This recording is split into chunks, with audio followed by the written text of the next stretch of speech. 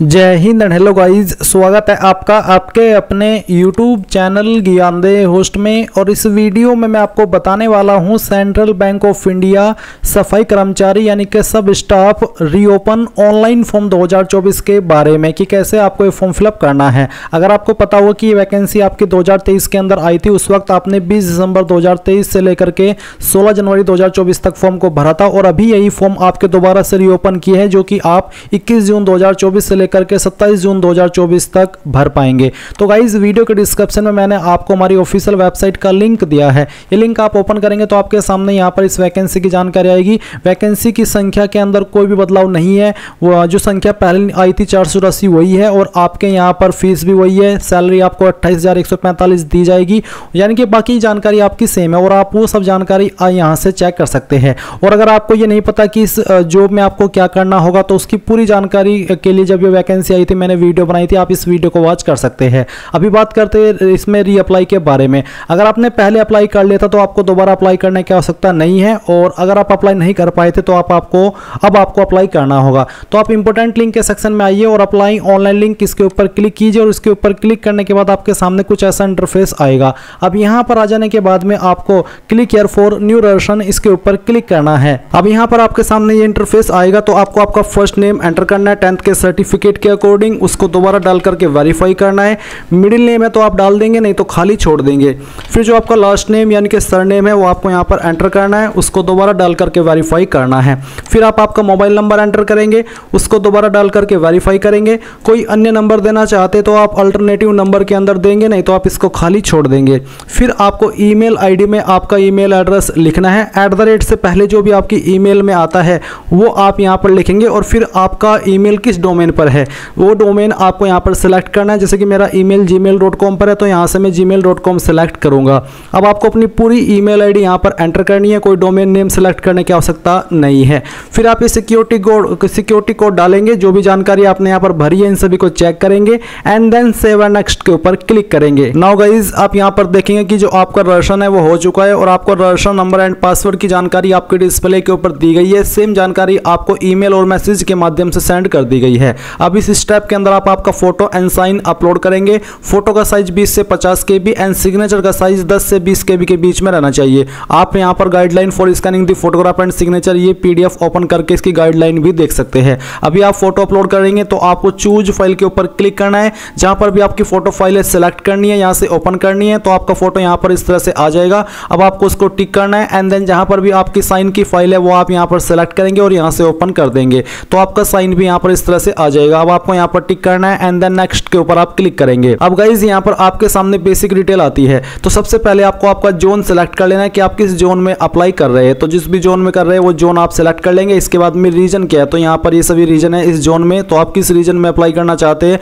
वो रीजन आपको यहां पर सिलेक्ट कर लेना है। इसके बाद गाइज, यहां पर state want to apply for, आप कौन सी स्टेट के लिए अप्लाई करना चाहते हैं वो स्टेट आप सिलेक्ट कर लेंगे। एंड फिर यहां पर एक सवाल है कि proficiency in the official language of the state, यानी कि जिस भी स्टेट के लिए आप अप्लाई कर रहे हैं उसकी जो ऑफिशियल लैंग्वेज है क्या वो आपको लिखनी पढ़नी और बोलनी आती है। अगर हाँ तो यस, आप नहीं तो आप नो करेंगे। बेसिकली अभी आपको बताना है कि आपके पास इनमें से कौन सी लैंग्वेज है। जैसे कि यहाँ पर यूपी की 2 लैंग्वेज ऑफिशियल रखी गई है, उर्दू और हिंदी, तो आपको इनमें से कौन सी आती है। मैं यहाँ पर हिंदी सेलेक्ट कर लेता हूँ। अब आते हैं are you local resident of the state union territory, यानी कि जिस भी स्टेट पर आप अप्लाई कर रहे हैं क्या आप इसके स्थायी निवासी है, आप यहाँ के लोकल रेसिडेंट है। अगर हाँ तो यस, नहीं तो आप नो करेंगे। फिर अगला सवाल आता है कि have you applied in the recruitment process of सफाई कर्मचारी कम सब स्टाफ और सब स्टाफ फाइनेंशियल ईयर 2012-2013, क्या आपने पहले इस वैकेंसी में इसमें अप्लाई किया था। अगर हाँ तो यस, नहीं तो आपको नो करना है। फिर कैटेगरी आपकी कौन सी है वो आपको यहाँ पर सिलेक्ट कर लेनी है। जनरल,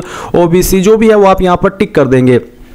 फिर आपसे पूछेगी कि आप विकलांग और आपकी विकलांगता 40% या उससे ज़्यादा है। अगर हाँ तो यस, नहीं तो आप नो करेंगे। फिर आप यहाँ पर नीचे आएंगे। नीचे आने के बाद में आपको बताना है कि क्या आप एक्स सर्विसमैन है। अगर हाँ तो यस, नहीं तो आपको नो करना है। एक सवाल यहाँ पर है कि are you a person with specified disability, ये बेसिकली ये सवाल भी विकलांग के लिए ही है। अगर आप बिल्कुल ठीक है, आपको कोई भी किसी भी तरह की विकलांगता नहीं है, आपको लिखने में कोई प्रॉब्लम नहीं है, तो आप इसमें नो कर देंगे। फिर यहाँ पर गाइज आपको बताना कि क्या आप एक डिसेबल्ड एक्स सर्विसमैन है। अगर हाँ तो यस, नहीं तो यहाँ पर भी आपको नो करना है। एंड इसके बाद में यहाँ पर पूछा कि आप एक dependent of serviceman killed in action, यानी कि DXS अगर आप है तो आप यस करें, नहीं तो आपको नो करना है। Are you employ of Central Bank of India, यानी कि आप सेंट्रल बैंक ऑफ इंडिया के एम्प्लॉय है, अगर हाँ तो यस, नहीं तो आपको नो करना है। इसके बाद में पूछा कि are you seeking relaxation under widow divorced woman legally separated, अगर आप ये चाह रहे हैं तो आपको यहाँ पर यस करना है, नहीं तो आप नो करेंगे। आपका रिलीजन क्या है वो आपको यहाँ पर सिलेक्ट कर लेना है। फिर आप क्या रिलीजियस माइनॉरिटी कम्युनिटी से बिलोंग करते हैं, अगर हाँ तो यस, नहीं तो आप नो करेंगे। नेशनलिटी के अंदर आप इंडियन सेलेक्ट कर लेंगे। इसके बाद में यहाँ पर आता है I intend the bring the following ID, तो आप यहाँ पर टिक कीजिए एंड इनमें से कोई एक आईडी आपको सेलेक्ट कर लेनी है, उसका नंबर आपको देना है। सेंटर ऑफ एग्जाम आप यहाँ पर सेलेक्ट कर लेंगे। इसके बाद में पूछे कि kindly indicate medium of paper in examination, यानी कि किस मीडियम में आप अपना पेपर देना चाहते हैं, English and Hindi, English and Urdu, तो कोई भी आप यहाँ पर लैंग्वेज सेलेक्ट कर ले आपकी चॉइस के अकॉर्डिंग। फिर आप यहाँ पर आपकी DOB सेलेक्ट करेंगे, आपका जेंडर बताएंगे मेल फीमेल या फिर अदर, अगर आप जुड़वा भाई बहन है तो आप यहाँ पर अगले वाले सवाल में यस करेंगे, नहीं तो आपको नो करना है। एंड इसके बाद में आपको मैरिटल स्टेटस बताना, अनमैरिड मैरिड जो भी आपका स्टेटस है वो आप यहाँ पर टिक कर देंगे। फादर नेम एंटर करना है, मदर नेम एंटर करना है। आपका जो प्रेजेंट एड्रेस है वो आप यहाँ पर लाइन 1, 2, 3 के अंदर थोड़ा थोड़ा पार्ट आपके एड्रेस का यहाँ पर लिख देंगे। एंड देन जो आपकी डिस्ट्रिक्ट है वो डिस्ट्रिक्ट आपको यहाँ पर लिखनी है, और जो आपका स्टेट है वो आपको यहाँ पर सेलेक्ट कर लेना है, और फिर यहाँ पर आपको आपका पिन कोड डाल देना है। इसके बाद में अगर आपका प्रेजेंट और परमानेंट एड्रेस एक ही है तो आप यहाँ पर टिक कर देंगे, एंड अगर अलग है तो अनटिक करके अलग से भर दीजिएगा। फिर किस एड्रेस के ऊपर आप अपनी एप्लीकेशन फीस की GST इनवॉइसिंग सेंड करना चाहते हैं वो आप यहाँ पर टिक कर दें, एंड देन अब आपको नीचे सेव एंड नेक्स्ट के ऊपर क्लिक करना है। अब गाइज आपके सामने यहाँ पर क्वालिफिकेशन की जानकारी आती है, तो सबसे पहले आपको 10th की इन्फॉर्मेशन देनी है। तो 10th आपने कब पास की थी, वो डेट और मंथ, और यहाँ से फिर आपका जो ईयर है वो आपको सिलेक्ट कर लेना है। एंड देन जो परसेंटेज थी वो आपकी कितनी थी वो आप यहाँ पर एंटर करेंगे। क्वालिफिकेशन आपकी 31 मार्च 2023 से पहले कंप्लीट होनी चाहिए, जिसकी 31 मार्च 2023 के बाद में हुई है वो एलिजिबल नहीं है। इसके बाद में आपको आपकी क्लास सेलेक्ट कर लेनी है, जिनके 60+ परसेंटेज होते हो फर्स्ट क्लास के अंदर आते हैं। अगर आपने 12वीं की है तो सेम तरीके से आपको यहाँ पर आपकी 12वीं की जानकारी भरनी है, जहाँ पर आप HSC इक्विवेलेंट के अंदर PCM PCB आपका स्ट्रीम बताएंगे, या फिर एक एक करके सब्जेक्ट लिखना चाहे तो वो भी आप लिख सकते हैं। कब आपने पास कर ली थी वो डेट, मंथ और जो आपका ईयर है वो आपको यहाँ पर सिलेक्ट कर लेना है। एंड देन गाइज यहाँ पर जो परसेंटेज थी वो कितनी थी वो आप यहाँ पर डाल देंगे और अपनी क्लास सेलेक्ट कर लेंगे। डिग्री की है तो उसकी जानकारी भी सेम तरीके से भर देंगे। कोई एक्सपीरियंस है तो आप यहाँ पर जानकारी भरेंगे, नहीं तो आप खाली छोड़ देंगे। इसके बाद में जो ट्रेनिंग मिलती है एग्जाम से पहले SC ST OBC और रिलीजियस माइनॉरिटी कम्युनिटी को, क्या आप वो लेने के लिए इच्छुक है, अगर आप है तो आप यस करेंगे, नहीं तो आपको नो करना है। लैंग्वेज आपको कौन कौन सी आती है, लैंग्वेज आप यहाँ पर लिखिए और बताइए कि मुझे पढ़नी आती है, लिखनी आती है और बोलनी आती है। सेकंड लैंग्वेज जो आपको आती है वो लिखिए और मुझे आपको बताना है कि मुझे लिखनी, पढ़नी और बोलनी आती है।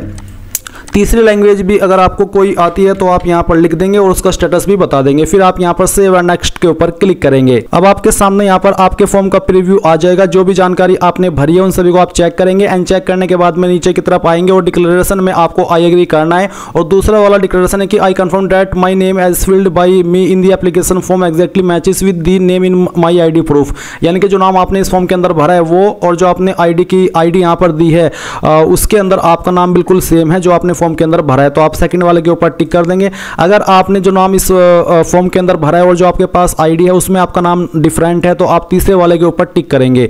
अगर सेम है बिल्कुल तो फिर तीसरे वाले के ऊपर टिक मत कीजिए, कंप्लीट रजिस्ट्रेशन के ऊपर क्लिक करके ओके कीजिए। एक बार फिर से ओके कीजिए। अब आपको यहाँ पर लेफ्ट थंब इंप्रेशन यानी कि बाएं अंगूठे का निशान अपलोड करना है, तो चूज फाइल के ऊपर क्लिक कीजिए, फाइल सेलेक्ट कीजिए, थंब इंप्रेशन की ओपन कीजिए, आपका थंब इंप्रेशन यहाँ पर आएगा, इसको ओके कर दीजिए।